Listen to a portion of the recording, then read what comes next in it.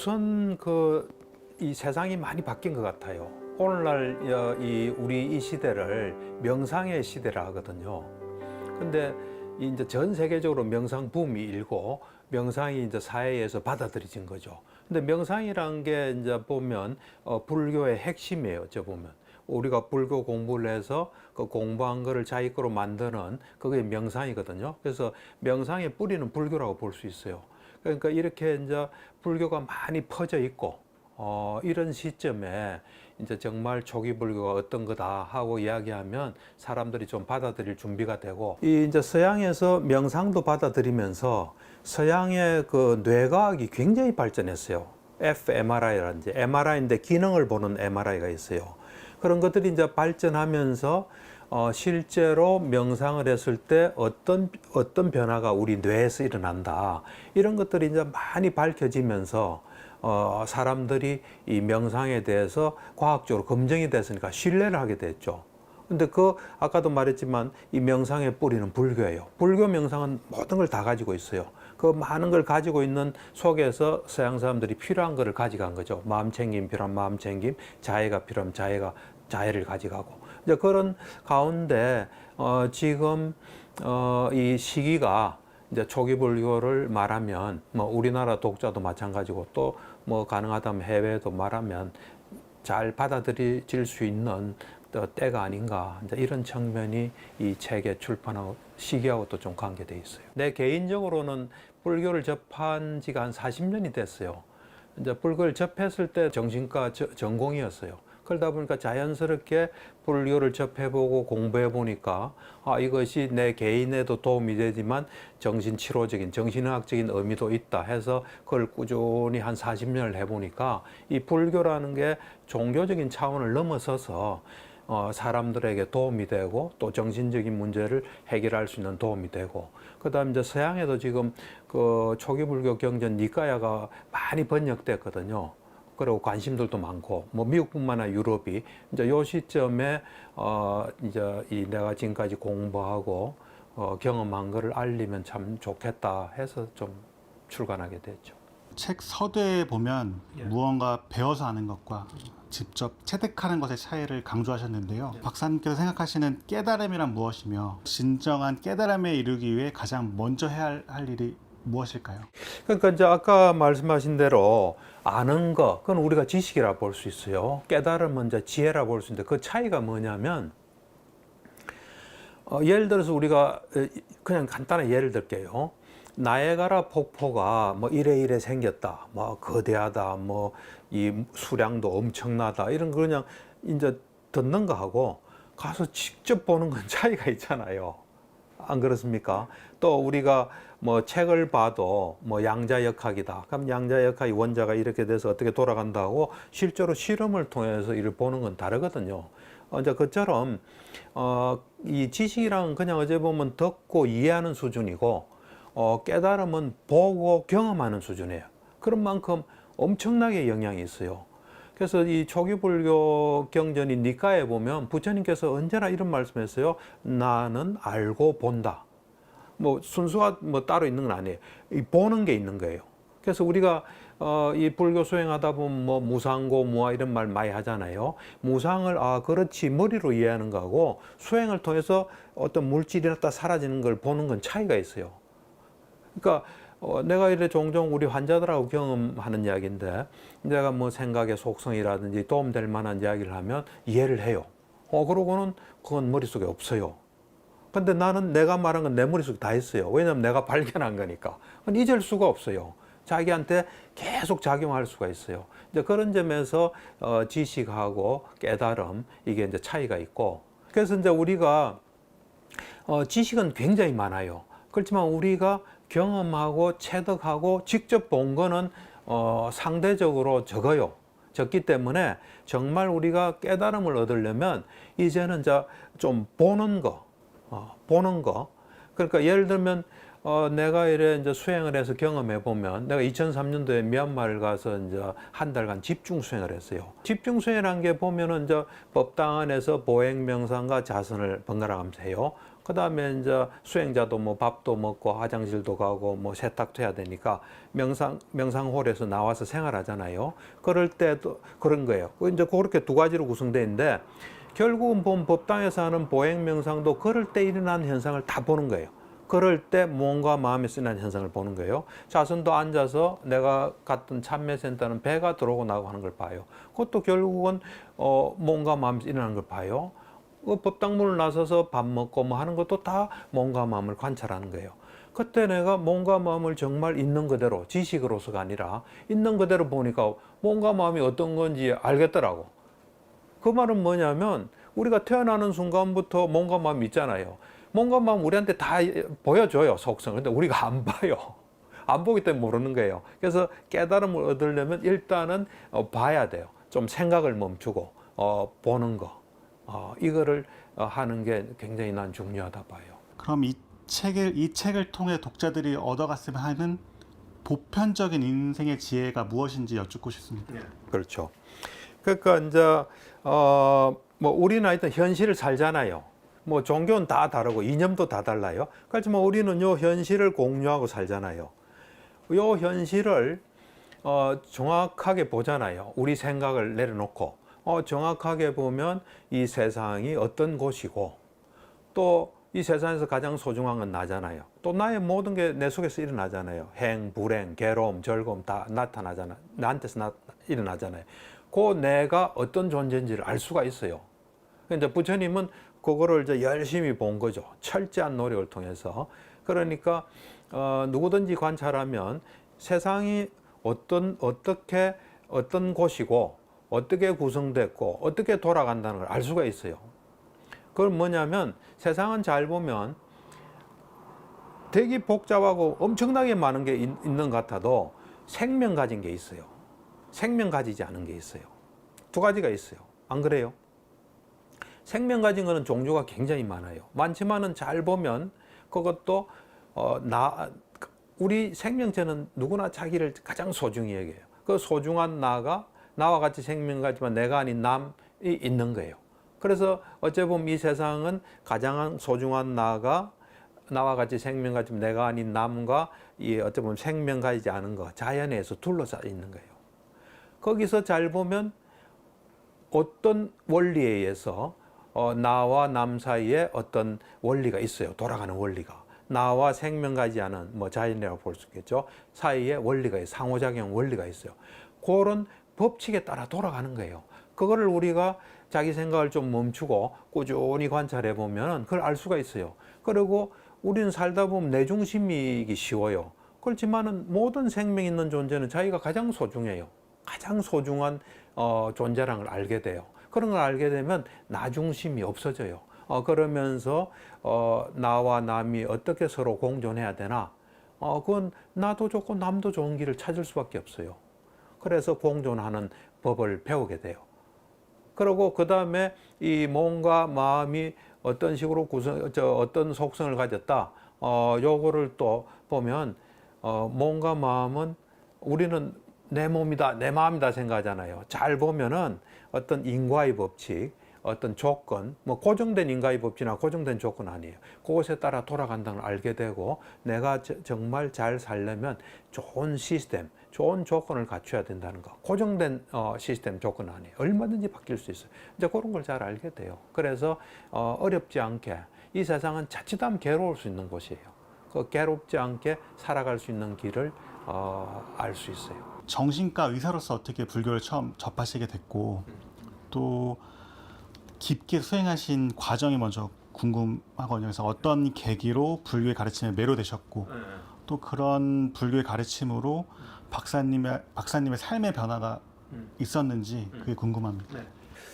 그러니까 이제 내가 30살 한 뭐 초반까지는 그냥 불자긴 불자였어요. 내가 지금 그냥 뭐 용어를 좀 붙이면 낭만적인 불자였어요. 우리 이제 어머니가 불교고 왠지 뭐 불교가 좀 좋아 보이고 그래서 뭐 절에도 가고 뭐 이제 불교를 호의적으로 생각했죠. 그렇지만 불교가 내 인생에 크게 영향 주지는 못했어요. 불교를 깊이 있게 공부한다든지 수행한다든지 그런 건 없었어요. 근데 어떤 한 사건이 있었어요. 그 사건이 이제 내가 30에 결혼을 하게 됐어요. 이제 그 우리 지금 내 아내죠. 아내가 결혼하기 전에 자기 학교 그 선생님들에게 인사를 좀 갔으면 좋겠다.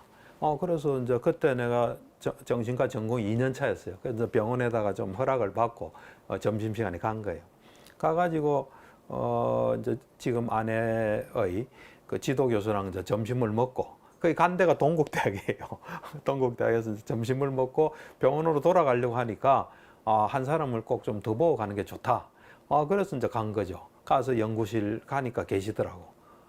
계셔가지고 나는 그때 나이가 30이고 그분은 50대 초반이었어요. 뭐 몸이 그래 건강하지는 않은 분이었어요. 그분이 그러더라고. 아까 저기서 언어 교수랑 밥 먹는 거 봤다. 뭐 하세요? 그러더라고요. 정신과 전공 2년 차입니다. 이러니까. 뭐, 그래가 이런저런 그 당시에 김종애 선생님이라고 지금 돌아가셨죠. 우리 한참 선배 되는 분이 불교에 관심이 있어 불상을 어떻게 뭐 정신건강에 이용하나 하는 연구를 좀 하고 그 당시에는 뭐 이 불교를 정신하게 연구한 사람 별로 없었어요. 근데 그분하고 친분이 있으신지 뭐 그분 이야기를 좀 하더라고. 하고 좀 있다가 이제 결정적인 이야기를 나한테 한 거예요. 어떤 이야기냐면 불교는 인간의 괴로움을 해결하는 완벽한 시스템이다. 당신이 지금 하는 정신의학도 정신적인 어려움, 괴로움, 문제 해결하는 거 아니냐.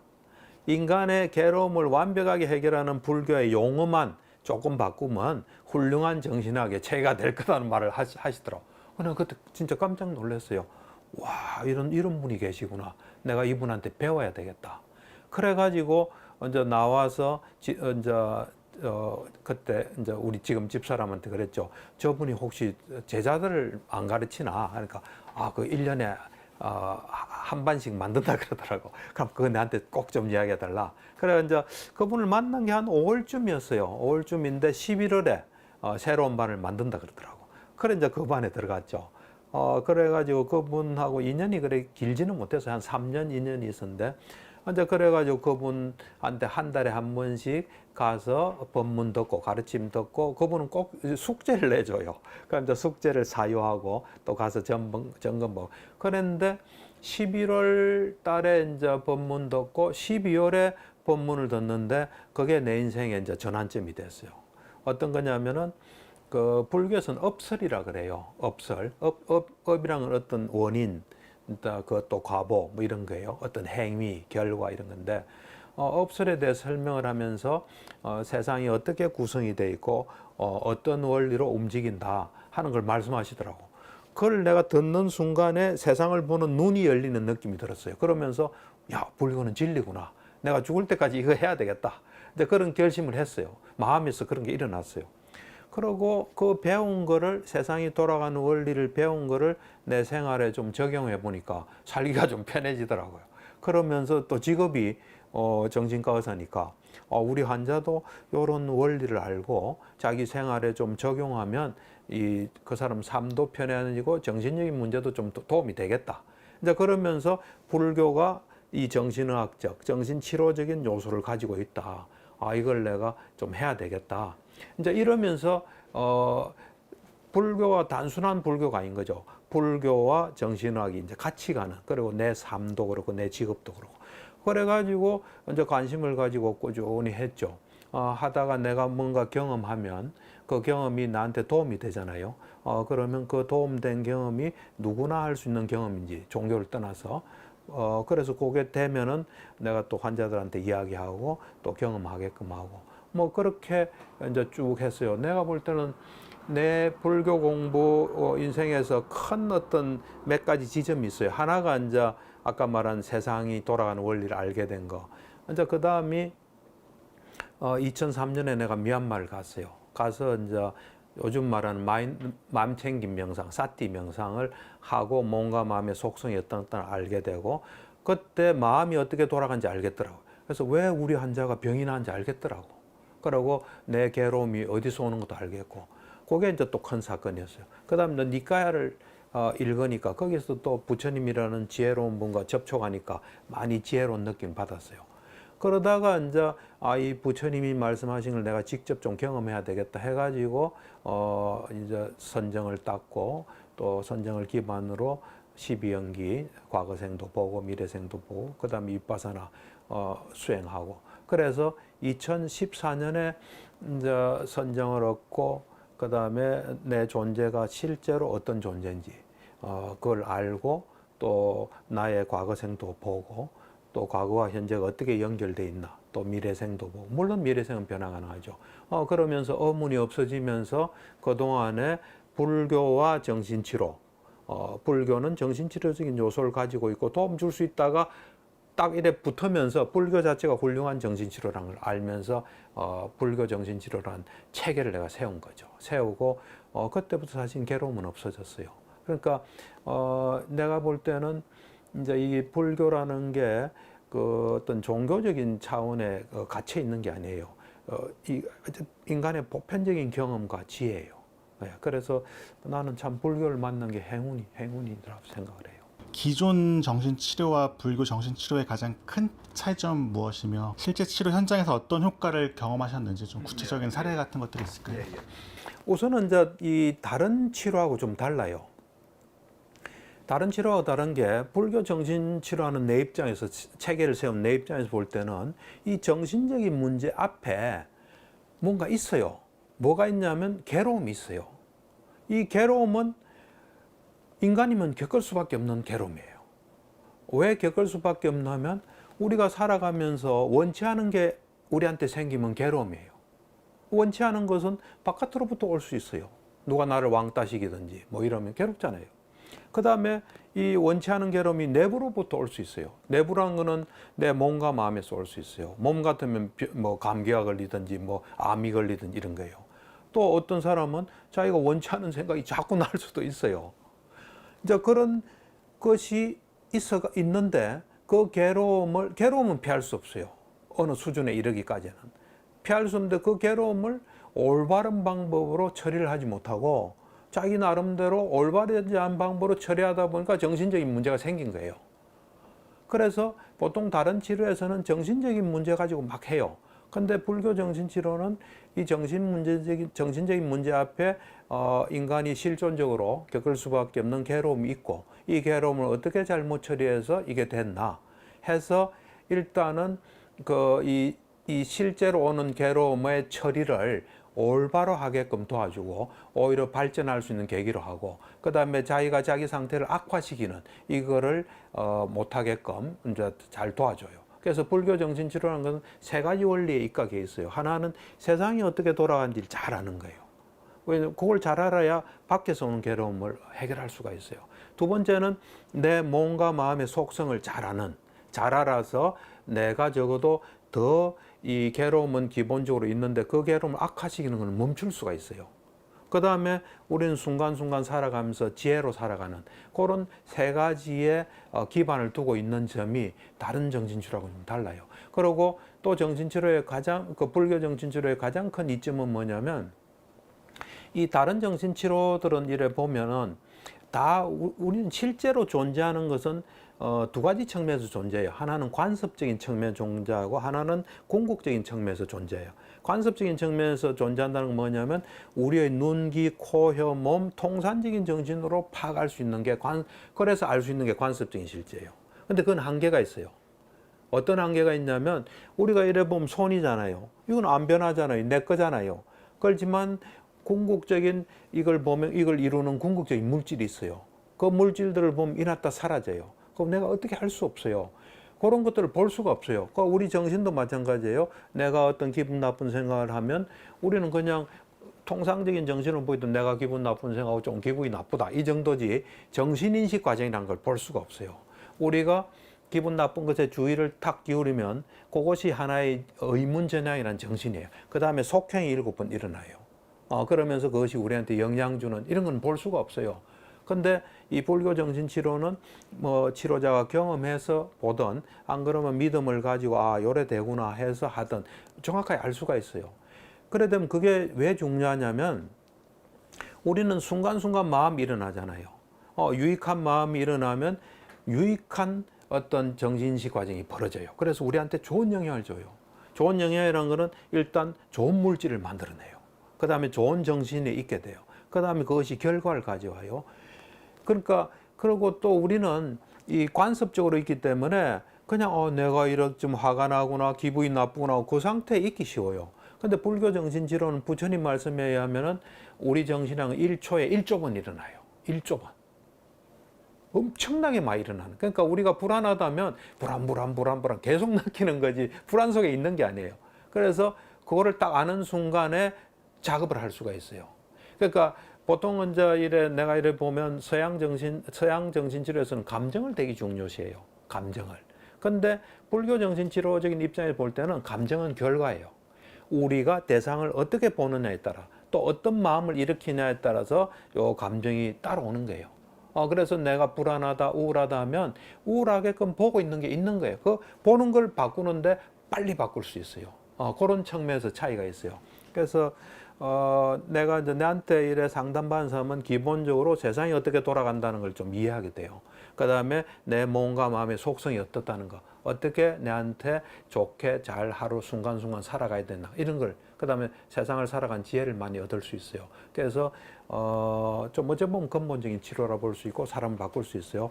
생각나는 사람이 한 사람이 있는데 뭐 여러 사람 다 있지만 어떤 여자분이 있었어요. 이 여자분이 이제 공부도 잘하고 우수해요. 재능도 많고. 그러니까 이제 대학도 좋은 대학 나왔어요. 근데 이제 문제는 취직하면서도 생긴 거예요. 이제 이 사람은 자부심도 많고 자기 능력에 대해서 이제 하여튼 자부심도 있고. 그런데 이제 했는데 워낙 좋은 데 가다 보니까 우수한 사람이 많으니까 거기서 자기 마음대로 좀 안 풀린 것 같아요. 안 풀리다 보니까 좌절이 많이 된 거예요. 좌절이 되면서 자기 능력의 한계도 되면서 정신적으로 굉장히 안 좋아졌어요. 안 좋아져 가지고 힘든 시간을 보냈어요. 그러다가 이제 어떻게 내한테 왔어요. 와가지고 내가 이제 그 세상이 어떻게 돌아간다 하는 것도 설명하고 또 어떻게 마음을 다스려야 된다 이런 걸 알고 그 다음부터는 그냥 그 자기가 남들보다 잘하려는 것보다는 자기도 좋고 또 다른 사람도 좋고 또 자기가 자기한테 정말 필요한 걸 하지 다른 사람보다 앞서야 되겠다는 생각도 별로 안 하고 뭐 비교 이런 것도 없이 자기 능력을 꾸준히 개발하고 자기 마음을 잘 다스리니까 지금은 직장 생활을 아주 잘하는 모양이더라고요. 예. 그런데 대체적으로 이 불교 정신 치료를 하다 보면 세 가지 원리를 좀 알게 돼요. 하나는 세상이 어떻게 돌아간다. 그래서 세상을 살아가면서 되도록 어려움이 없게끔 되고 또 어려움이 있더라도 그걸 잘 극복하게 하고 그다음에 내 몸과 마음, 내라는 존재가 정말 어떤 존재다 해서 그걸 좀 자기가 잘 알아서 자기에 맞게 좀 하게 되고 예를 들면 우리가 아플 때 우리 마음은 안 좋기 쉽잖아요. 근데 아플 때 마음이 안 흔들리는 뭐 이런 것도 터득하고 그다음에 이제 순간순간 어떻게 좀 지혜로 살아간다 하는 걸 터득하게 되니까 삶에서 좀 변화가 올 수 있죠. 그러니까 내가 이래 보면 나한테 이제 상담받는 분들 중에 암 환자도 있어요. 암 환자들이 이제 보면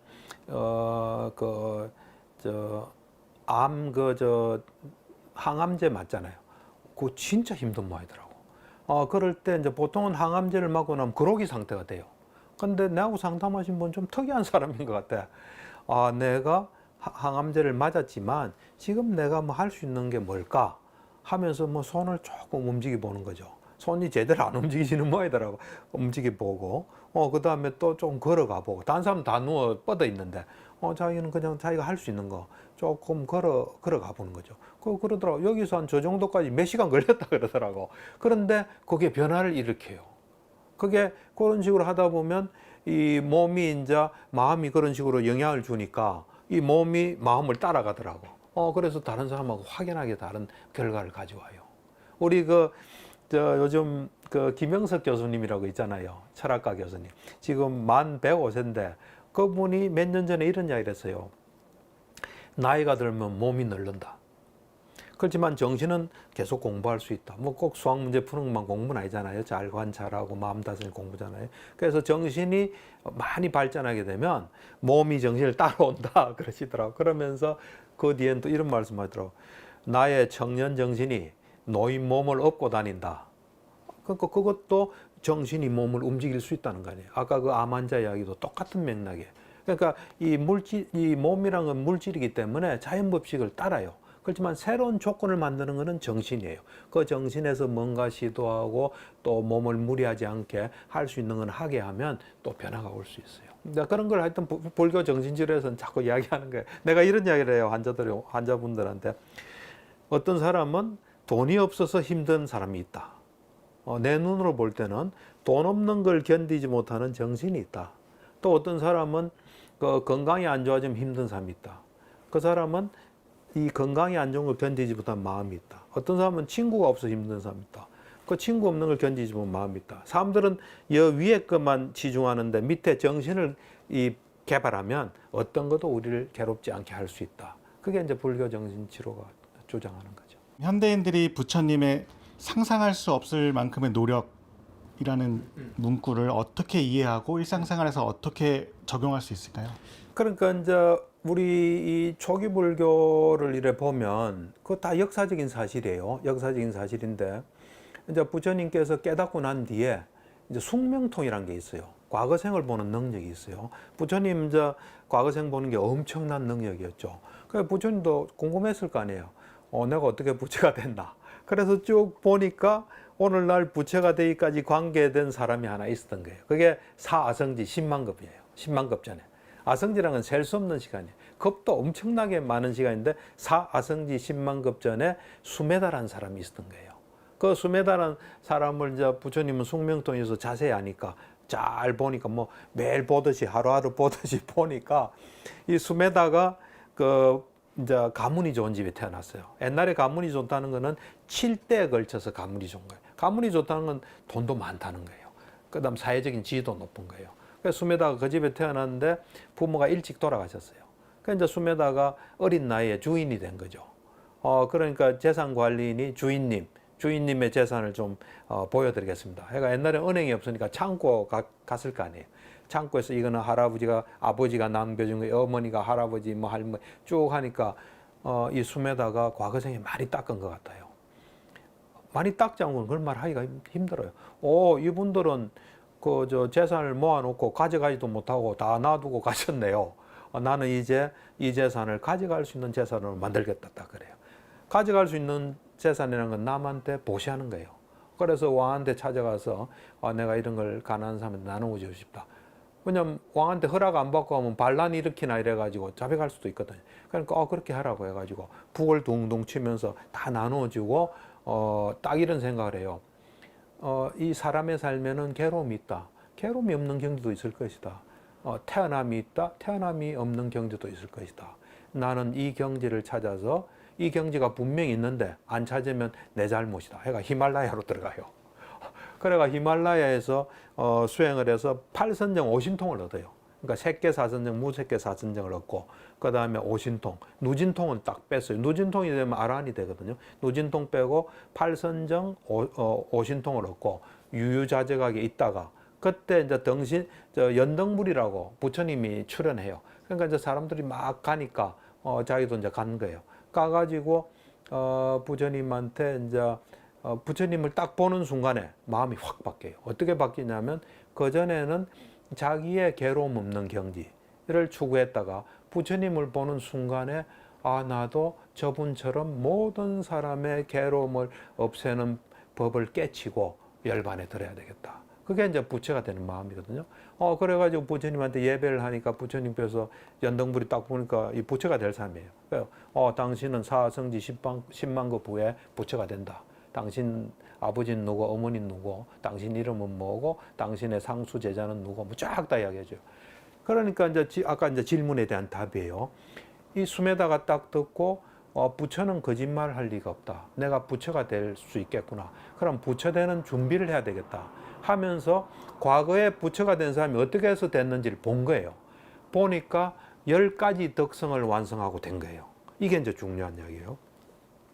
10가지 덕성이 뭐냐면 첫 번째가 보시예요. 보시. 남한테 보시하는 거예요. 그러니까 부처가 된다는 거는 우선 자기가 하자가 없어야 되잖아요. 안 그래요? 그 다음에 많은 사람들한테 도움을 줘야 되잖아요. 또 도움을 주는데 다른 사람들이 신뢰할 수 있는 사람이 돼야 되잖아요. 그런 것에 10가지 어떤 품목이 있다는 걸 알았어요. 그 첫 번째가 보시예요. 그 다음에 이제 계를 지키는 거. 이 이제 개라는 건 뭐냐면 우리가 몸과 마음을 가지고 있는데 몸과 마음은 자기 마음대로 하고 싶은 거예요. 그걸 이제 좀 보호하는 게 개예요. 그 개를 지키는. 그 다음에 이제 그 출리라는 게 있어요. 출리는 뭐냐면 세속적인 뭐 성공이나 이런 것보다는 본질적으로 정말 자기한테 도움되는 걸 추구하는 게 출리예요. 출리. 그 다음에 지혜라는 건 있는 그대로 하는 거. 그 다음에 정진이라서 내한테 불선법이 있으면 없애고 없으면 안 생기게끔 하고 선법이 있으면 더 정진시키고 없으면 또 일어나게 하는 그런 정진. 그 다음에 인욕. 살다 보면 뭐 무시하고 띄워주고 이럴 때도 있잖아요. 그때 마음이 안 흔들리는 게 인욕이에요. 인욕. 그 다음에 이제 결정은 내가 이거 하겠다면 그거 이룰 때까지는 절대로 마음을 안 바꿔요. 그 다음에 진실. 이제 바른 말만 하는 거죠. 진실. 그 다음에 이제 자애, 남을 사랑하는 마음. 그러면서 담담히 있는 그대로 보는 평온의 마음. 요 10가지 덕성을 완성하고 부처가 된다는 걸 봤어요. 근데 바람일은 세 종류가 있어요. 저급한 바람이 있고 보통 바람일이 있고 최상의 바람이 있어요. 보시 같으면은 저급한 바람일은 뭐냐면 누가 뭔가 필요한데 물건이 필요한 물건을 주는 거예요. 그건 저급한 바람이래요. 대단한 거잖아요. 근데 보통 바람일은 자기 신체 일부분을 주는 거예요. 사막을 같이 가다가 옆에 사람이 배가 너무 고프면 자기 팔을 잘라주는 거예요. 그 다음에 최상은 목숨을 던지는 거예요. 요 10가지에 대해서 요 필요한 거 다 한 거예요. 상상을 초월하는 거예요. 그래서 사성지 십생만급 걸린 거예요. 내가 이래 조기불교를 공부해보면 완벽해요. 완벽한 거는 준비 기간이 철저한 거예요. 그러고 빠진 게 없기 때문에 이렇게 된 거예요.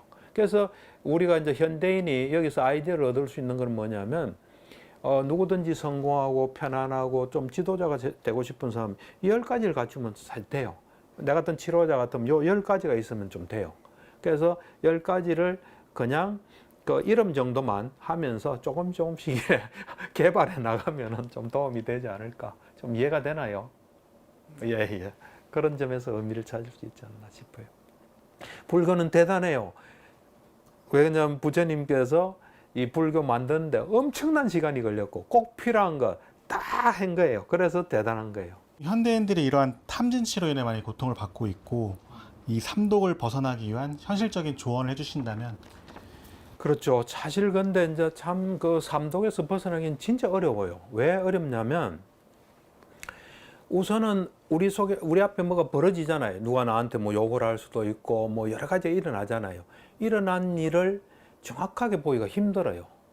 정확하게 이 보기가 힘들기 때문에 그것에 대해서 좋아하거나 싫어하는 마음을 내게 돼 있어요, 이게.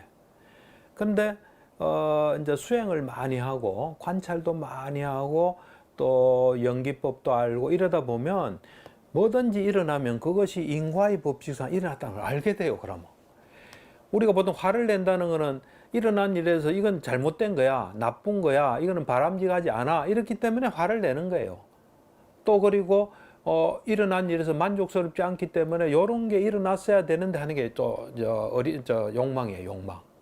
탐욕이에요. 그러니까 정말로 탐진치가 없으려면 일단은 자기가 수행을 하고 관찰을 하든 해서 확실히 알든 그렇지 않고 그냥 공부를 많이 해서 그걸 딱 믿든지 해서 뭐든지 일어나면 그건 일어날 수밖에 없는 것에 일어난 거예요.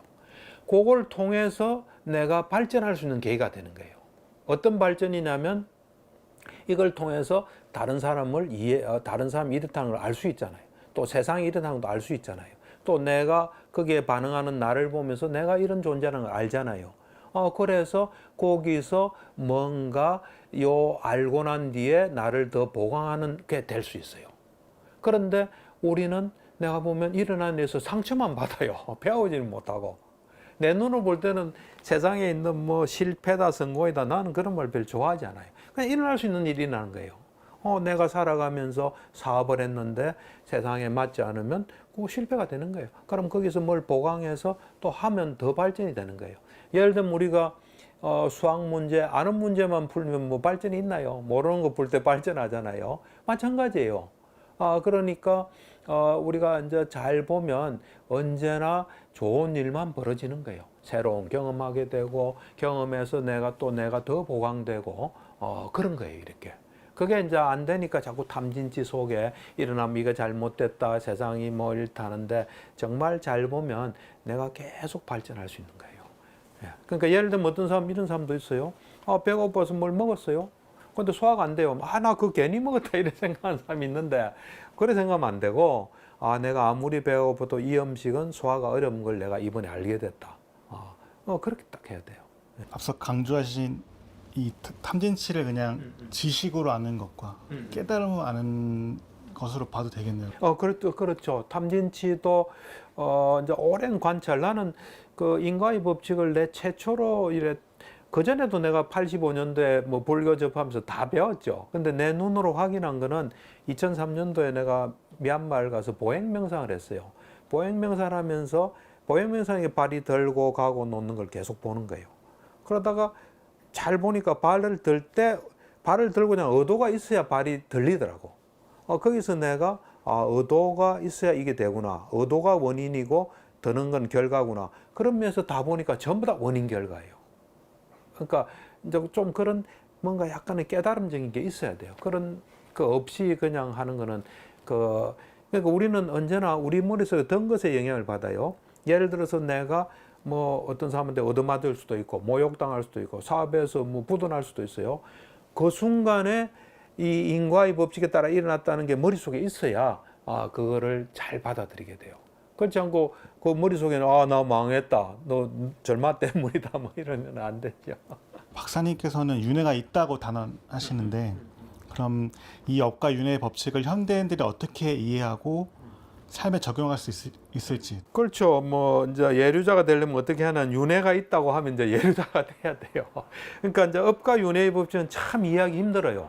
왜 힘드냐면 우리는 이 눈, 귀, 코, 혀, 통산적인 이 정신을 가졌어요. 그래서 요거로 파악되는 거는 알아요. 그렇지만 이걸 벗어난 건 알 수가 없어요. 그래서 우리가 태어나서부터 죽을 때까지 어떤 이 업과 그 결과가 일어나면 그건 이해가 돼요. 내가 누구한테 뭐 좀 그 무시했는데 나중에 그 사람이 잘 돼가지고 내가 좀 곤욕을 치른다. 그럼 그거는 좀 이해가 될 거 아니에요. 그렇지만은 죽고 난 뒤에 이거는 힘들어요. 또 과거 생이 지금에 영향되는 거를 알기는 힘들어요. 그건 한계가 있잖아요. 그렇기 때문에 업과 윤회는 참 이해하기가 쉽지 않을 거예요. 그런데 그게 쉽지 않기 때문에 요생 중심으로 생각하면 이상한 일이 너무 많아요. 불공평한 일도 너무 많고 억울한 일도 너무 많고 그런데 이제 자기가 경험을 하든 뭐 믿음을 가지고 했던 이 업과 윤회의 법칙 받아들이잖아요. 그럼 다 설명이 돼요. 세상이 다 설명돼요. 그 달라라마 존자님 같은 경우도 이런 이야기를 한 걸 내가 어디 신문인가 봤어요. 이 지금 세상에서 벌어지는 일을 업과 이 윤회와 업으로 보면 다 이해가 된다. 그래서 자기는 이게 가장 이 세상을 설명할 수 있는 좋은 그 어떤 길로 보는데 이 불교적인 업과 윤회와 업 이거 말고 이게 틀렸으니까 이거 말고 이런 원리다 하고 잘 설명할 수 있는 길을 가져오면 나 이거 버리겠다. 그래 말한 적이 있어요. 그러니까 이게 참 업과 윤회가 이 생과 생에 연결되는 법칙이기 때문에 보통 사람들은 참 힘들어요.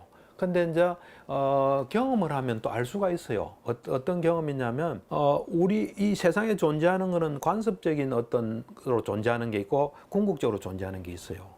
이제 궁극적으로 존재하는 이거를 관습적인 눈, 귀, 코, 혀, 몸, 통상적인 정신을 알 수가 없어요. 그걸 볼 수 있는 지혜의 눈이란 게 있어요. 지혜의 눈. 그 지혜의 눈은 어떻게 가지게 되냐면 삼매를 얻으면 그 생겨요. 삼매나 선정을 얻으면 이제 선정은 삼매의 일종인데 이제 삼매는 건접 삼매와 본 삼매로 돼 있어요. 본 삼매가 선정이에요. 선정은 초선, 이선, 삼선, 사선. 그래서 사선정에서 이래 이제 지혜의 눈이 생겨요. 초선부터 다 생긴데 좀 제일 완벽하겠죠. 그래서 이제 지혜의 눈이 생기면은 우리 존재를 좀 알게 돼요. 우리가 예를 들면 우리가 손 이러면 우리 몸 하면 보통 사람들은 뭐 밥을 먹었으니까 몸이 있지 그러잖아요. 근데 지혜의 눈을 얻어서 보면은 우리 몸이라는 게 네 가지에 의해서 생겨요. 하나는 과거의 업이 만드는 물질들이 있어요. 우리 몸에서 중요한 거는 과거 업이 계속 만들어내요. 그거를 볼 수가 있어요. 그 다음에 마음에서 만든 물질이 있어요. 그건 뭐냐면 내가 이 손을 들어야지 마음을 내면 마음에서 만든 물질이 나서 들리는 거예요. 그 다음에 음식을 먹어서 또 생기는 물질이 있어요. 그 다음에 물질 자체가 분열하는 것도 있어요. 그리고 정신도 보면 내가 현재 존재해서 주의를 기울이니까 일어나는 정신이 있고, 그렇지 않고 과거의 업이 만드는 정신이 있어요. 이제 그런 것들을 보고 그 다음에 이제 수행을 많이 해서 보면 오늘 내가 만약에 소아마비다. 그럼 이 소아마비가 어떻게 생겼나 보면 내가 이 생의 원인으로 생겼으면 그게 보여요. 과거 생의 원인 생기면 그게 보여요. 그 다음에 우리가 죽잖아요. 이제 과거 생에 죽고 이 생이 시작됐잖아요. 과거 생에 보면 죽고 난 뒤에 업에서 만든 물질이 정신이 생겨요, 또. 이제 그런 것들을 보게 되면, 업이 있구나. 윤회가 있구나. 그러니까 이 모든 것은 인과의 법칙상 돌아가요. 그렇기 때문에 죽으면 또 인과의 법칙에 의해서 또 삶이 시작되는 거예요. 그거를 이해하기는 참 쉽지 않은데, 그거를 자기가, 난 이게 정말 중요하다. 그래서 내가 만사제치고 수행해서 보겠다. 그래 보면 이해가 돼요. 그 다음에 못 보더라도 부처님이 엄청난 노력을 통해서 깨달았고, 또 부처님 말씀하신 게 진리니까 그 당시에 사리불 목건nhân 다 천재들이에요. 그 사람들도 다 인정했고, 그 다음에 오늘날도 그 경험한 사람들이 있으니까 이건 사실이다. 그리고 그렇게 보면 다 이해가 돼요. 그러니까 부처님 당시에 재밌는 게 이런 이야기가 있었어요. 맛집하니까에 놓은 이야기예요. 어떤 되게 부잣집 사람이 있었어요. 근데 그 아버지도 엄청난 부자였어요.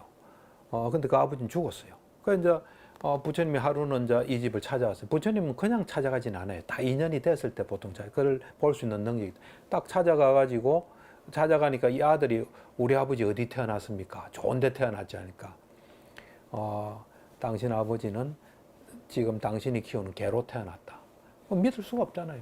근데 그전에도 이 아들은 자기 개한테 굉장히 잘해줬어요. 좋은데 딱 자게 하고 음식도 좋은 거 주고.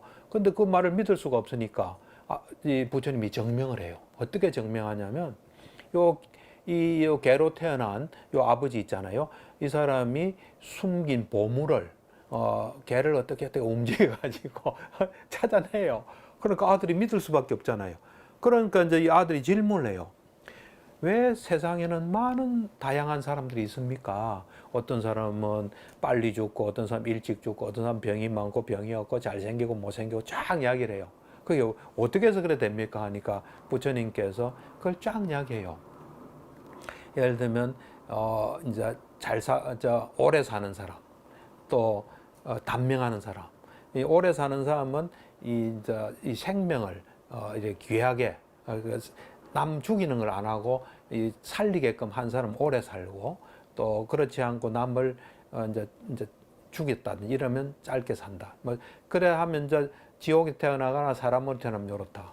뭐 그래가지고 쭉 이야기를 해요. 오래 살고 일찍 죽고 병이 많고 병이 적고, 그 다음에 잘생기고 못생기고, 어떤 사람은 좀 있으면 세력을 많이 키운 사람 있잖아요. 다른 사람이 많고, 세력이 있는 사람, 세력이 없는 사람, 귀한 가문에 태어나는 사람, 그렇지 않은 사람, 또 부자로 사는 사람도 있잖아요. 또 가난한 사람, 또 지혜가 많은 사람, 지혜가 없는 사람, 이거 전부 다 이야기해요. 예. 그러니까 이제 우리는 이제 그런 딱 요 생만 딱 생각이 되면 불공평하다고 생각하죠. 금수저, 은수저 이래가지고. 그렇지만 연결이 다 돼 있는 거죠. 그러니까 이래 딱 생각하시면 돼요. 지금 내가 현재 있는 거는 이 현재 이전의 과거의 결과다. 태어나서부터 지금까지든 과거생이든. 지금부터 내가 뭘 하는 거는 다음에 가져올 결과를 가져오는 거예요, 이게. 그걸 이제 잘 모르면은 어떤 사람 이런 사람이 있어요. 자기 회사 상사가 밑에는 조져요. 그러고는 위에는 자리가 올라가요. 그러면 이 사람이 이런 업을 모르면, 왜냐면 조진 건 조진 것대로 결과가 있고 올라간 건 올라간 뭘 했기 때문에 올라간 거예요. 그걸 모르면 조져야 올라가구나. 그러면 안 돼요. 예. 그러니까 이게 되게 지혜로운 게 되게 중요한데 업과 윤회는 이해하기가 쉽지 않을 거예요. 그러니까 이제 나도 내가 내 나이 30에 불교를 접하면서 윤회가 있다는 걸 들었어요. 들었지만은 그걸 알 수가 없어요. 할 수가 없고 정말 있나 없나. 이제 그러다가 그러고 이제 그 어떤 그 여섯 영역의 존재가 있다는 그것도 믿기가 힘들더라고. 뭐 천신이 있다는데 뭐 눈에 보여야죠. 그런 걸 믿기가 힘들었어요. 그런데 수행하니까 그게 다 보이더라고. 수행을 해서 이제 이 사마타라는 수행이 있어요. 삼매를 얻는 수행이에요. 이제 지혜의 눈이 삼매를 얻으면 되는데 생기는데 그 삼매를 얻는 수행을 사마타라 그래요. 그래서 사마타 수행을 해서 이제 선정을 얻었죠. 선정을 얻어서 지혜의 눈이 생기니까 내 과거생을 볼 수 있겠더라고. 그러고 이제 보통은 보면 그 내가 수행한 그 수행체에서는 요 여섯 생을 봐요. 요 여섯 생을. 여섯 생을 차례로 이 생 바로 전에 뭐였고 쭉 봐가지고 그 다음에 미래생도 윤회를 끝날 때까지 봐요. 미래생은 물론 변화 가능해요. 내가 몇 살에 어디서 죽어서 그 다음 어디 태어나서 어떤 삶을 살다 그 다음 어떻게 쭉 해서 윤회를 끝날 때까지 보면서 생과 생이 어떻게 12연계에서 연결돼 있나 요래 보는 거거든요. 근데 그거를 보니까 확실히 어떤 업이 어떻게 작용해서 다음 생이 있고 하는 걸 충분히 알게 되겠더라고. 알게 되고 그 다음에 이제 이제 12연기 연기 수행하기 전에도 사범주 수행이라는 게 있어요. 우리 같으면 이제 사무량심 수행이 있어요. 자애, 연민, 가치, 기쁨, 평온. 요 수행을 이제 하게 되면 이 여섯 영역에 있는 존재들을 볼 수 있어요. 왜 그러냐면 자애 같으면 자애를 보내야 되잖아요. 보내면 뭐 같이 사는 사람들만 보내는 게 아니라 천신한테도 보내야 되고 그렇거든요. 아귀한테도 보내고 그럴 때 다 보게 돼요. 그러니까 경전에 있는 건 다 사실이에요. 그러면 예류자가 되려면 어떤 노력이 필요한지 또 이 단어가 생소하신 분들이 있을 텐데요. 그 단어 설명도 해주시면. 그렇죠. 그러니까 이제 예류자의 의미란 거는 윤회가 있다고 할 때 있으면 당연히 예류자가 돼야 되겠구나 생각할 수밖에 없어요. 왜 그러냐면 윤회가 있어요. 윤회가 있게 되면 사람으로 태어나는 게 쉽지 않아요. 내가 이제 니까야를 많이 읽고 결론을 내린 게 이거예요. 인간이 내 고향이 아니구나. 이 긴 윤회에서 인간은 고향이 아니고 고향은 아기, 축생, 지옥, 아수라가 내 고향이구나. 인간은 한 번씩 오는데요. 그거는 부처님 말씀이 그 상유타 니까야에 보면 이런 게 있어요. 어리석은 중생이 이 악체에 태어났다가 인간으로 태어나기는 이것보다 더 어렵다 그랬어요. 어떤 것보다 더 어렵냐면 100년에 한 번씩 물 밑에 그 눈먼 거북이가 살아요. 100년에 한 번씩 올라와요. 근데 그 태평양 같은 큰 대양에는 나무판이 이제 떠다니고 있어요. 그 나무판에 그 중앙에 거북이 목이 들어갈 정도의 구멍이 있어요. 그러니까 막 이래 떠다녀요. 근데 이 거북이 눈이 멀으니까 뭐 보지도 못하니까 올라왔을 때 딱 맞을 확률 이거보다 더 어렵다 그랬어요. 그거는 그 업의 법칙을 보면 알 수 있어요. 그거는 이제 보통 사람 이해하기 힘든데 업의 법칙을 알면 그렇게 어려워요. 그러니까 이 인간으로 태어나기가 그만큼 어려워요. 그 다음에 이제 또 다른 경에서 어떤 말을 했냐면 이 세상에 부처가 출현하는 것은 정말로 희화한 일이다. 그 다음에 이 부처의 가르침이 또 세상을 비추는 것도 희귀한 일이다. 그 다음에 사람으로 태어난 것도 희귀한 일이다. 근데 당신들은 지금 내 이야기 듣는 당신은 사람으로 태어났지 않느냐. 그러니까 이 희귀한 기회에 사성제를 공부해라. 그런 게 있어요. 그러면서 다른 경전에도 보면 사람으로 죽어서 사람으로 다시 오기는 어렵다. 아기 축생 지옥이 쉽다. 뭐 그런 게 있어요. 천신으로 죽어서 다시 천신이나 인간 태어나기 어렵다. 아기 축생 지옥 쉽다. 쭉 있어요. 그래 볼 때는 이 사람으로 태어나는 게 참 쉽지 않아요. 쉽지 않을 때 그러니까 이 사람으로 태어났을 때 뭔가 확고한 작업을 해야지 그거 안 하면은 이거 큰일 나는 거예요. 언제 또 떠돌아들지 몰라요. 다른 안 좋은 거로. 그래서 나는 이제 이런 생각을 항상 하고 있어요. 우리가 딱 죽으면은 6대의 열차가 딱 기다리고 있어요. 6대의 열차. 그것 타면 천상 가는 천상행 열차, 아수라행 열차, 인간행, 아기행, 악귀행, 축생행, 지옥행. 그러니까 이 사람은 두 종류가 있어요. 하나는 이 범부예요. 그러니까 보통 사람이에요. 그 다음에 성자가 있어요. 성자라는 거는 이 성스러운 사람이에요. 그러니까 왜 범부와 성자가 구분되냐면 죽었을 때 범부는 어느 열차를 탈지 몰라요. 그런데 성자부터는 저 사람 아니면 천상에 딱 태어나요. 성자부터는. 그래서 이 성자는 이제 네 종류가 있어요. 제일 밑에가 예류자예요. 아까 말씀하신 예류자가 맨 밑에예요. 그 다음에 일례자가 있고 불한자가 있고 아라한이 있어요. 그래서 예류자는 딱 죽으면은 사억체는 안 태어나요. 인간하면 천상을 최대 7생만 태어나요. 뭐 한 생에 끝날 수 있고 두 생, 세 생, 네 생, 아무리 오래 그 해도 7생 내로 끝이 나요. 예류자는 7생이 되고 이제 아라한이 돼서 윤회를 끝내요. 일례자는 한 번 태어나고 불한자는 한 번 태어났는데 정근천이라는 천상에 태어나고 아라한은 이제 난 열차 타기 싫다면 안 타도 돼요. 그래서 이 예류자가 이제 이 사람으로 태어난 다음에는 근데 범부도 또 두 종류가 있어요. 완전 범부가 있고 성자가 되기 위해서 노력하는 범부가 있어요. 그러니까 노력하는 범부가 돼야 돼요. 그래서 이 예류자가 되려면은 예류자가 이제 돼야 그러니까 예류자가 안 되면 다음 생이 기약이 없어요. 예류자가 되려면 부처님께서 예류자는 어떤 거다고 여러 가지로 말씀하셨어요. 그런데 가장 우리가 정형적인 틀이 뭐냐면 우리 이 인간을 이 윤회하게끔 하는 족쇄가 10가지가 있어요. 10가지. 그 중에 족쇄 3개가 없어지면 예류자가 돼요. 첫 번째 족쇄가 뭐냐면 유신견이에요. 유신견이라는 족쇄가 없어지면 이제 되는데 유신견은 뭐냐면 이 내 몸이다. 내 마음이다. 내 존재다. 내 자가 붙어 있는 거예요. 몸이랑은 인과의 법상 있는 거예요. 마음도 인과의 법상 있는 거예요. 내 존재도 마음의 몸과 마음으로 이준 존재가 몸과 마음이 있죠. 그게 이제 내 것이 아니라는 그거를 알아야 돼요. 유신견이 없어져. 그다음 개금취라해서 잘못된 개나 또 이런 것만 하면 된다 하는데 집착해 있는 사람이 있어요. 인도 사람들 그 겐지스강에 목욕하면 뭐 범천에 태어난다는데 그게 대표적인 개금취예요. 그 다음에 이제 의심이라는 족쇄가 없어요. 이거는 불법성 삼보에 대한 의심이에요. 여기서 말하는 불법성, 부처님의 가르침, 부처님의 가르침대로 성자가 된 사람들, 요거는 종교적인 불교에 한하는 게 아니라 그냥 법칙으로서 그런 거예요.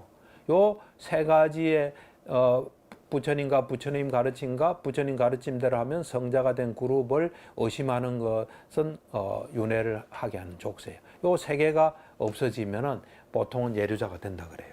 다른 거로 또 뭐 불법성 삼보 없어지고 보시하면 된다. 불법성 삼보 없어지고 계를 잘 지키면 된다. 뭐 여러 가지 표현이 있어요. 그래서 예류자는 이제 그 세 개가 없어진 거고. 사념초수행 특히 들숨 날숨에 대한 마음 챙김이 명상의 이제 기초가 된다고 알려졌는데요. 네. 바쁘게 살아가는 현대인들이 이 마음 챙김 수행을 꾸준히 실천하고 효과를 볼 만한 팁이나 수행 방법 같은 것들이 있을까요? 그렇죠. 사실은 이제 우리가 뭐 이런 이제 사념처 수행이 있다는 것도 알고 마음 챙김 수행이 중요한 것도 알지만은 우리 마음은 우리 게 아니에요. 그 마음을 일으키는 순간에도 과거의 어떤 시스템이 막 작동하기 때문에 마음 챙김은 하기가 어려워요. 그러니까 마음 챙김을 하려는 각별한 노력을 해야 돼요. 그래서 근데 이제 마음 챙김이라는 게 기본적으로 보면 뭐냐면 우리가 뭘 보든지 듣든지 할 때 우리 걸 안 붙이고 보는 거예요. 예를 들면 뭐 컵을 들 때 컵 드는 여기에만 움직이면만 딱 있는 거예요. 왜 그렇게 해야 되냐면 그걸 해야 여기서 일어나는 현상을 정확히 알 수 있어요. 그리고 또 우리가 이 마음 챙김을 하게 되면 그 순간에는 생각을 할 수가 없어요. 우리 괴로움이라는 거는 과거와 미래로 가는 생각 속에서 많이 와요. 미래로 보통 가게 되면 불안이 많이 생겨요. 또 과거로 가면 화나 또 후회가 많이 생겨요. 그 괴로움은 어찌 보면 과거 미래로 갔을 때 괴롭기 때문에 이 마음 챙김 하게 되면 마음 챙김을 1시간 하면 1시간 동안 괴로움이 없다 볼 수 있어요. 하루 종일 하면 하루 종일 없을 수 있어요. 그 다음에 괴로움도 없으면서 일어난 현상, 우리 몸과 마음의 속성을 정확히 알 수 있어요. 그렇기 때문에 마음 챙김은 이제 중요한데 우리 속에 마음 챙김을 방해하는 세력이 너무 많기 때문에 그걸 잘 이제 다스려서 해야 돼요. 그 중에 방법 중에 하나가 나는 이래 생각해요. 우리가 이제 나는 이제부터 마음 챙김 하겠다. 그렇지만 하루 종일 마음 챙김하면 어려워요. 그러니까 내가 딱 정하는 거죠. 만약 사무실에서 내가 저 문을 나갈 때는 마음 챙김하면서 나가겠다. 그것만 딱 정하는 거예요. 그러니까 뭘 정하는 거예요. 내가 누구한테 전화 오면 그때는 마음 챙기면서 하겠다. 내가 문자를 보내거나 카톡을 볼 때는 마음 챙김 하겠다. 그래가 처음엔 좀 정해서 하는 게 좋아요. 그러면 그게 좀 되면 그게 또 하다 보면 또 늘어나요. 이렇게. 그래 하는 방법도 하나 있고요. 그 다음 두 번째는 뭘 하든지 소리 안 나게 하면은 소리 안 나게. 예를 들면 지금 이게 있잖아요. 이거를 들고 놓을 때 그냥 놓으면 이래 되잖아요. 소리 안 나게 들고 놓으면 소리가 안 나게 하려면 이게 딱 집중하게 돼요. 집중한 상태가 마음 챙김이에요. 그래서 하루 종일 소리 안 내게 움직여도 마음 챙김하게 돼요. 또 내가 볼 때는 오른손잡이가 왼손으로 글 쓰면 이것도 마음 챙김하게 돼요. 왜냐면 딱 집중 안 하면 그 왼손으로 못 쓰잖아요. 그죠? 그것도 하나의 방법이에요. 그 다음에 우리가 뭐 전신마비돼 가지고 뭐 병원이나 집에서나 누워 있는 사람에는 다 걸어 다니잖아요.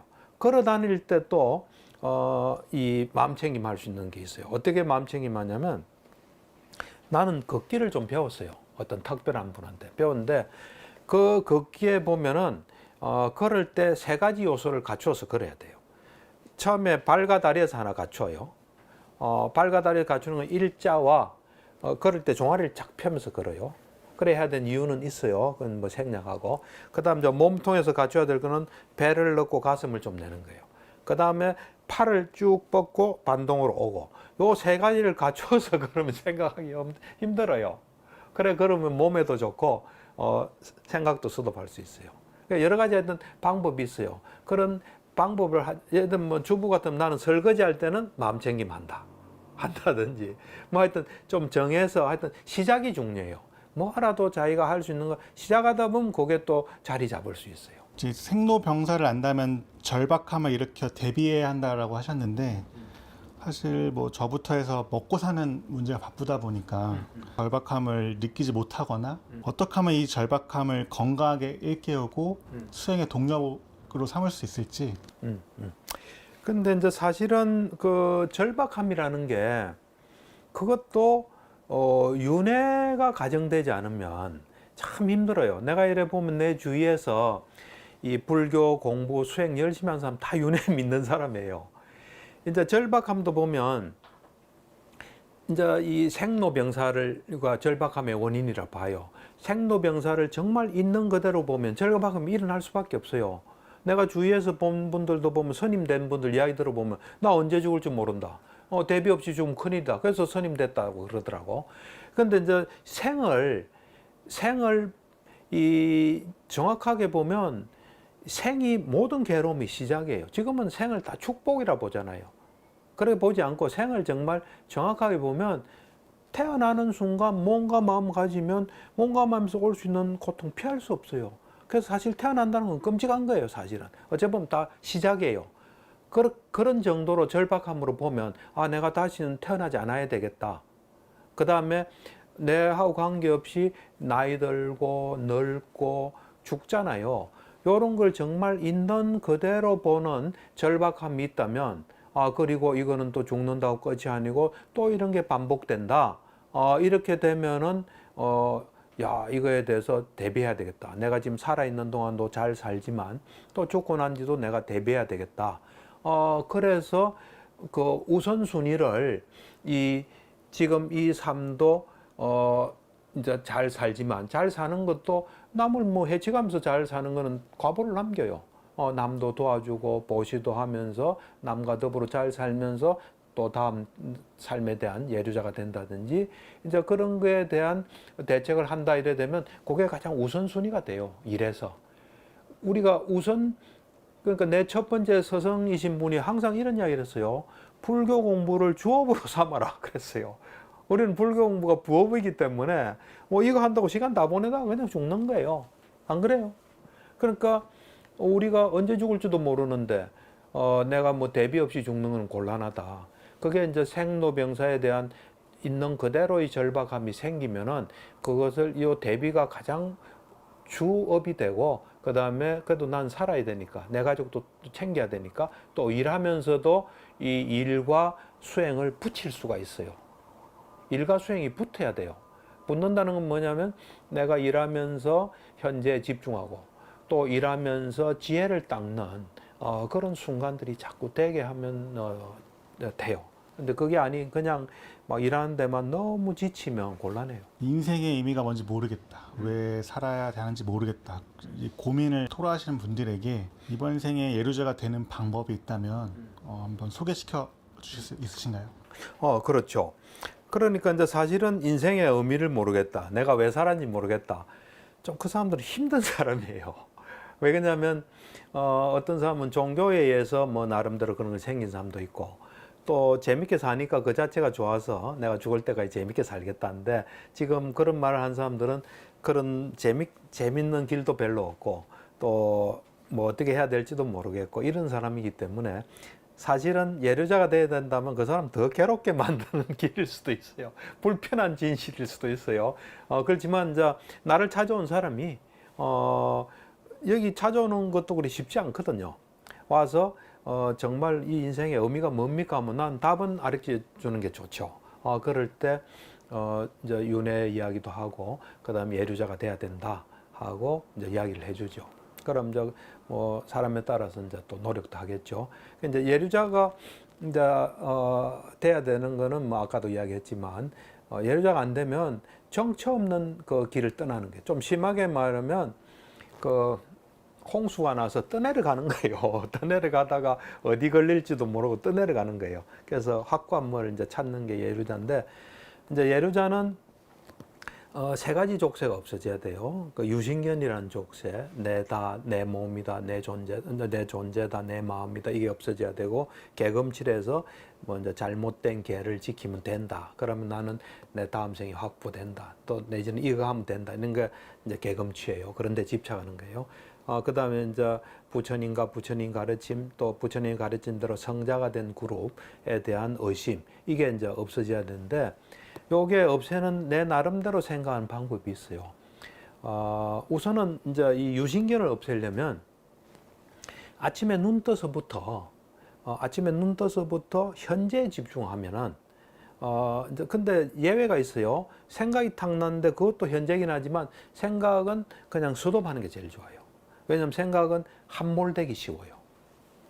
생각 힘이 굉장히 강하거든요. 그래서 함몰되기 쉽기 때문에 거기서 정신작용을 계속 보기는 힘들어요. 그래서 생각이 나면 그냥 머리에 불이 붙었다 하고 스톱하고 하는 일에만 계속 집중하다 보면 우리 몸과 마음은 우리 속성을 다 가르쳐 줘요. 예를 들어서 내가 이거를 드는 데만 오로지 집중하잖아요. 그럼 여기서 일어나는 현상을 알 수 있어요. 여기서 일어나는 현상은 이 통이 올라간 거 아니에요. 그죠? 통은 자기가 올라갔어요. 통이 올라간 건 아니에요. 내 손이 시켜서 올라간 거예요. 그러니까 통은 시킨 대로 하는 거예요.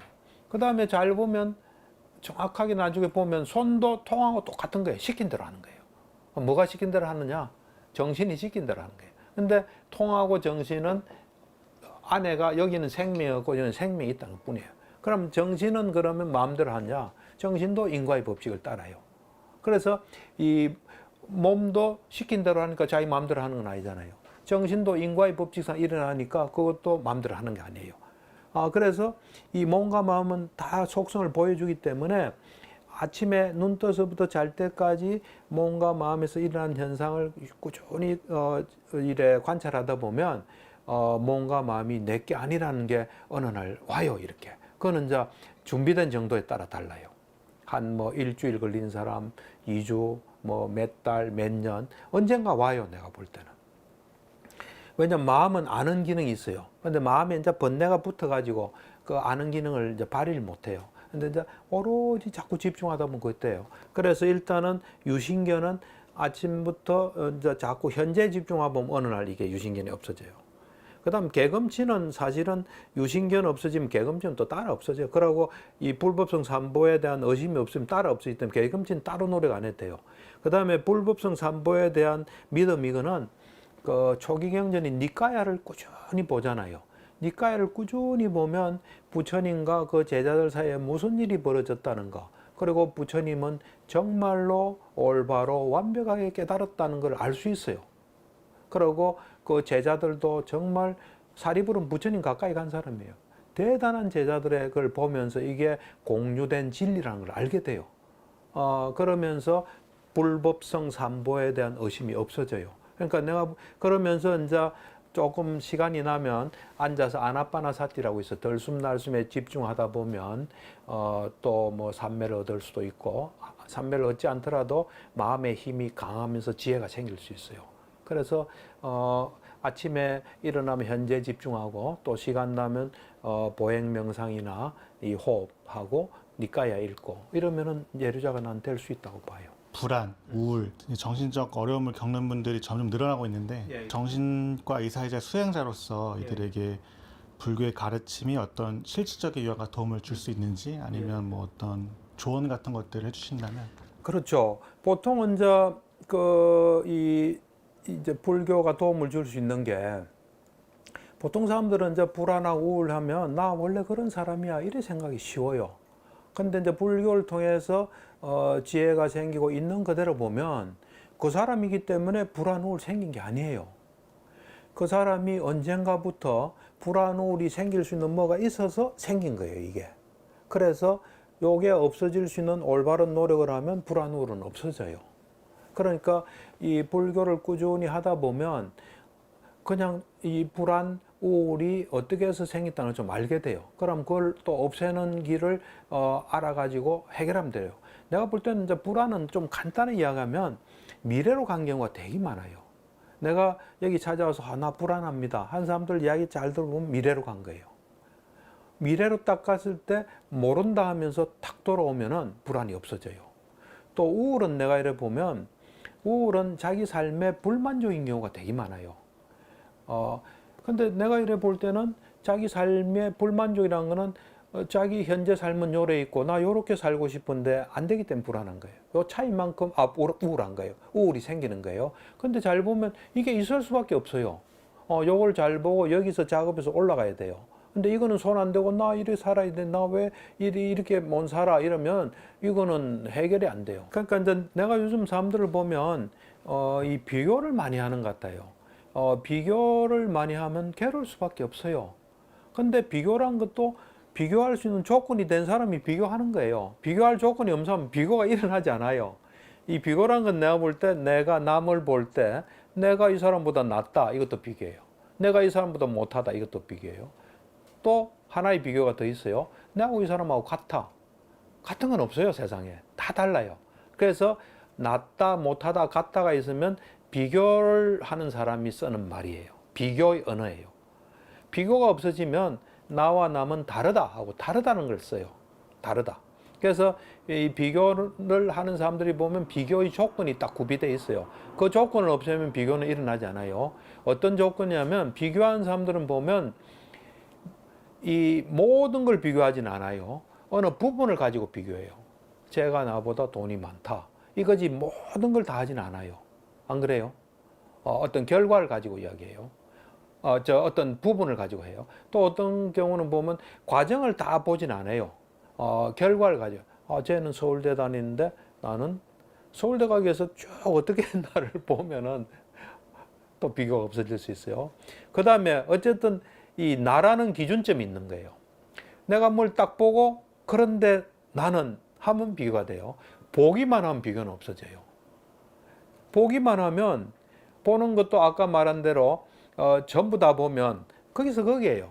난 지금 불교나 명상은 잘해요. 다른 건 못해요, 내가. 전체를 다 보면요, 또 비교도 없어져요. 그 다음에 과정을 보면 이래서 이래 되구나 하고 지혜가 생겨요. 그 다음에 나라는 기준점이 없어지면서 잘 보면 자꾸 지혜가 생겨요.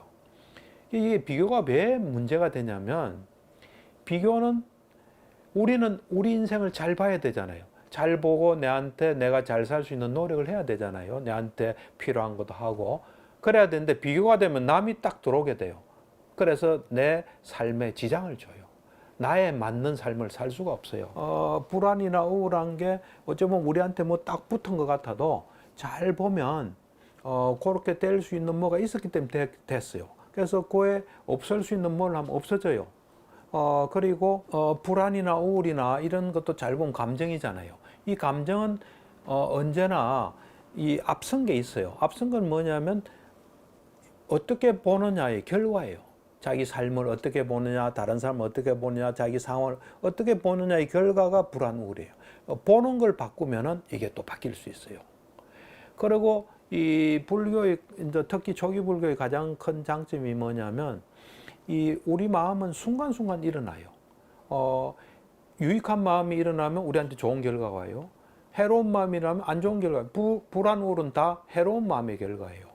그래서 이 마음을, 그러니까 그리고 또 보면 이 부처님 말씀에 의하면 1초에 1조분의 정신이 일어나요. 그래서 우리는 또 덩어리로 보기 때문에 나 뭐 우울해 하면서 그 우울이 쑥 있어요. 그렇지 않고 우울을 조금이라도 느낀 순간에 내가 우울할 수 있는 조건 속에 있고 그 조건을 바꿔야 되겠구나 하고 노력하면 이건 얼마든지 바뀔 수 있어요.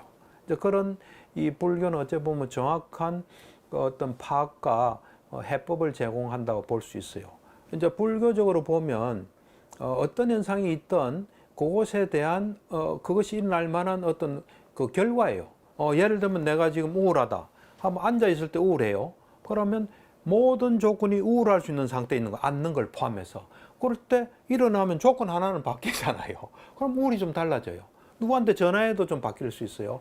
모든 조건의 결과로서 우리는 어떤 상태에 있는 거예요. 그래서 거기에 조건을 바꾸려고 해보면 그건 바로 통해요, 이렇게. 그래서 그런 충분한 해법을 불교는 주고 있기 때문에 불교를 잘 이용하면 어렵지 않게 살 수 있다, 나는 그렇게 봐요. 관계의 어려움, 뭐 가족이나 직장에서 관계의 어려움 때문에 힘들어하시는 분들이 많은데, 그래서 불교적 관점에서 좀 건강한 관계를 맺고 갈등을 지혜롭게 해결하는 방법이 있을까요? 그러니까 이제 그 불교적인 관점에서 보면 우리가 세상에 태어나잖아요. 그러면 남의 도움 없이는 살 수가 없어요. 그리고 정확하게 보면 남을 만난다는 것은 나한테 되게 좋은 거예요, 사실은. 근데 좋은 거를 보지 못하고 힘든 거 또는 힘들게 만들기 때문에 힘든 거예요, 이게.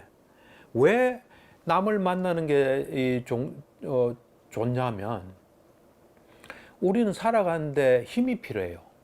힘은 잘 보면 경험에서 나와요. 근데 경험이란 건 어쨌든 내가 보고 듣고 느낀 거 아니에요. 근데 내 경험은 한계가 있잖아요. 다른 사람의 경험으로 또 뭐 배워야 돼요, 사실은.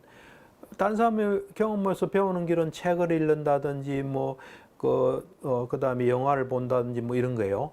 근데 우리가 손쉽게 남의 경험을 배울 수 있는 게 사람을 만나면은 잘 보면은 남이 하는 말을 잘 듣잖아요. 그럼 그 사람이 어딘가 보고 듣고 느낀 거예요.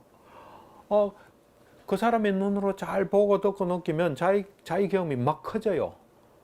그래서 예를 들면 높은 사람 또 뭐 지위가 높은 사람 만나면 그 사람은 경험한 게 많기 때문에 들을 게 많은 거예요. 거기에 충실하게 되면 우리는 사람 만나는 걸 즐기게 돼요. 근데 그렇지 않은 뭐가 자꾸 작동하는 거예요. 그 다음에 이 사람을 잘 보면 세상에는 무지하게 많은 사람이 있잖아요. 조폭도 많아요. 그렇지만 인연이 안 되면 못 만나요. 우리가 지금 만난 사람은 어쨌든 인연이 돼서 만난 거예요. 같은 회사다 하면 나도 이 회사가 필요해서 왔고, 이 사람도 필요해서 왔고, 또 있다 보면 서로 도와야 돼요. 나도 도움 주고 도움 받아야 돼요. 그래서 살아가야 돼요. 그런 걸 잘 보면, 그리고 어떤 사람은 어떤 회사에 들어가면 힘든 게 뭐냐면 딱 들어가면 자기를 잘 봐주기를 바래요. 그거는 말이 안 되잖아요.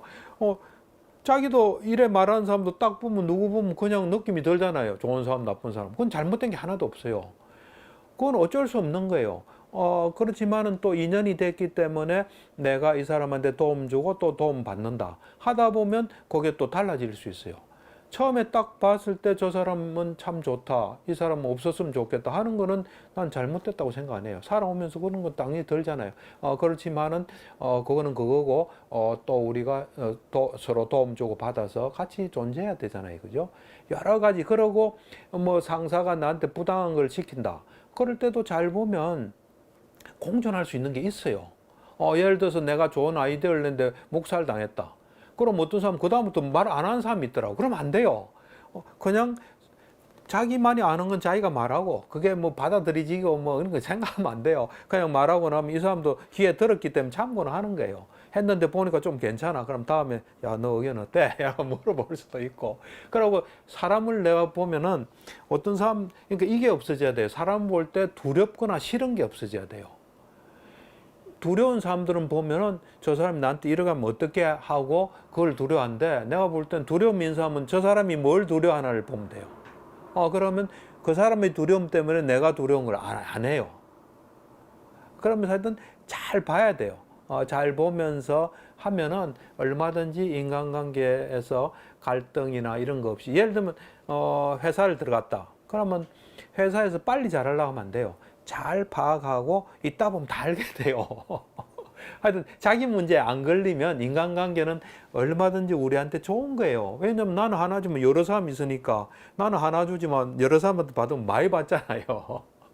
잘 보면 인간 간의 갈등도 어째 보면 우리가 만드는 거예요. 나는 이제 이 진료실에 있다 보면 별 희한한 이야기를 많이 들어요. 어떤 사람은 직장에 갔는데 그 직장 그 어떤 동료는 인사를 안 한대요. 근데 5년간 다니고 있다 그러더라고. 그 사람은 인사 안 하고도 살 수 있는 길을 터득한 것 같아. 근데 어떤 사람은 뭐 인사 안 하면 불편하면 못 다닐 수도 있잖아요. 하여튼 어쨌든 우리가 잘 보면 거기서 자기가 생존할 수 있는 길이 있어요. 예. 하여튼 그걸 좀 깊이 있게 잘 보고 하면 뭔가 나는 길이 있다 봐요. 가까운 뭐 가족들도 그렇고 왜 더 가까울수록 더 미워하고 더 비난하고 이런 마음이 더 커질까? 그런 잣대들이 왜 다를까 궁금해서. 그렇죠. 이제 사실은 이제 미워하는 마음이 없으려면 바라는 마음이 하나도 없어져야 돼요. 바라는 마음이. 이제 왜 그러냐면 이 모든 거는 일어날 만한 뭐가 있기 때문에 일어나는 거예요. 거기서 이제 적절하게 하면서 자기가 인간을 이해하는 깊은 어떤 그 능력도 생기고, 또 그런 누가 봐도 미워할 수 있고 정 떨어진 사람하고 그냥 뭐 잘 또 공존할 수, 그때서 피해 본다는 건 아니에요. 공존할 수 있고, 또 어떤 사람도 보면 뭐 안 좋은 사람이지만 또 그 속에 보면 다른 것도 있을 수 있잖아요, 그죠? 그리고 또 뭐 사람이 또 바뀔 수도 있고, 얼마든지 공존할 수 있는 점을 찾아가고, 특히 이제 이 마음이 나는 참 중요하다 봐요. 인간관계에서는 이제 감사하는 마음이 나는 되게 중요하다 봐요.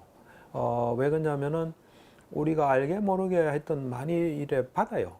받고, 그 다음에 어떤 일이 벌어질 땐 또 그럴 만한 이유가 있기 때문에, 모든 게 어떤 노력이 있기 때문에 있는 거거든요. 그걸 정확히 보면서 이제 좀 감사하는 마음도 생기고 그러면은, 하여튼 우리 문제에 좀 안 걸리면은, 일이 될 수 있을 것 같아요. 이제 불교가 단순히 종교적 가르침을 넘어서 현재를 살아가는 우리 모두에게 마음 문제를 다루는데 실용적인 불교 사용 설명서라는 생각이 들었거든요. 맞아요.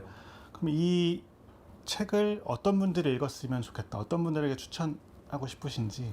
그럼 이제 내가 볼 때는 일단 사는 게 힘든 사람, 그 다음에 내 마음을 어떻게 잘 참 조절이 안 된다, 이런 사람, 그 다음에 내가 왜 사는지 모르겠다, 이런 사람. 그러니까 뭔가 이 앞이 좀 안 보이고 너무 세상이 힘들고 뭐 이런 사람이 보면 세상이 좀 어떤 거고 나라는 존재가 어떤 거고 좀 도움을 받을 수 있다고 생각해요. 왜 그러냐면 이 이제 불교라는 거는 우리가 이제 사실은 이 종교라는 이 번역어가 좀 잘못돼 있어요. 왜 어떻게 잘못돼 있냐면 일본 사람들이 1800 몇 년도에 대대적인 번역 작업을 했어요.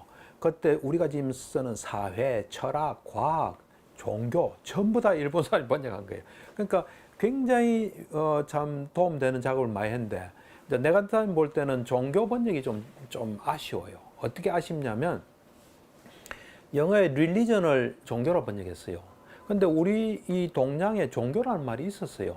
종교라는 거는 이 어떤되는 가르침이란 거예요. 우리가 종갓집 하면 어떤되는 집이잖아요. 그렇듯이 어떤되는 가르침이라 해서 세상에는 많은 가르침이 있지만 그 중에 불교다, 유교다, 도교다 이런 거를 주로 지칭해서 종교라 했어요.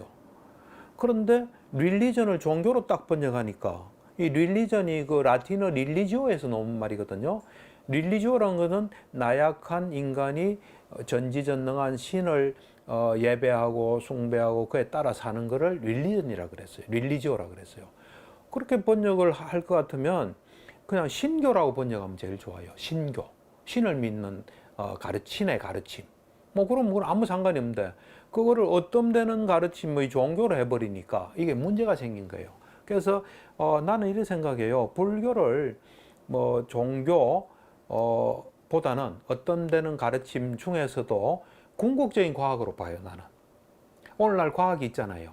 과학이 있는데 과학이 도달해야 될 궁극적인 수준의 과학이라 봐요. 왜냐하면 붓다라는 위대한 인물이 엄청난 준비를 해서 세상을 있는 그대로 관찰해서 밝힌 거기 때문에 그건 누구든지 똑같이 하면 다 되는 거예요. 그래서 궁극적인 과학에다가 우리 문제를 해결할 수 있는 궁극적인 치료다. 나는 이제 그래 생각해요. 그래서 나는 이제 내 인생이 이 정도로 사는 거는 이제 초기 불교를 만나서 그 덕분으로 이렇게 사는 거예요. 그래서 우리 이제 불교에서는 불법성 삼보라 그러잖아요. 세 가지 보물이잖아요. 정말 보물이에요. 그래서 이 불교 초기 불교 여기에 이제 관심을 가지고 좀 이래 공부도 하고 그걸 하나하나 실천한다면 정말 이래 보물을 가지고 사는 것과 같고 아무것도 걱정할 거 없이 우리가 몸과 마음을 가지고 세상을 살게 되면 다른 사람도 있고 하니까 자칫하면 괴로울 수밖에 없어요, 이게. 근데 거기서 괴롭지 않게 살 수 있는 길을 불교는 우리에게 주기 때문에 불교를 정말 보물처럼 생각하고 그에 따라서 노력하면서 살면 훨씬 살기가 뭐 편하고 또 보람되지 않을까, 또 성과도 있지 않을까 이런 생각을 해요.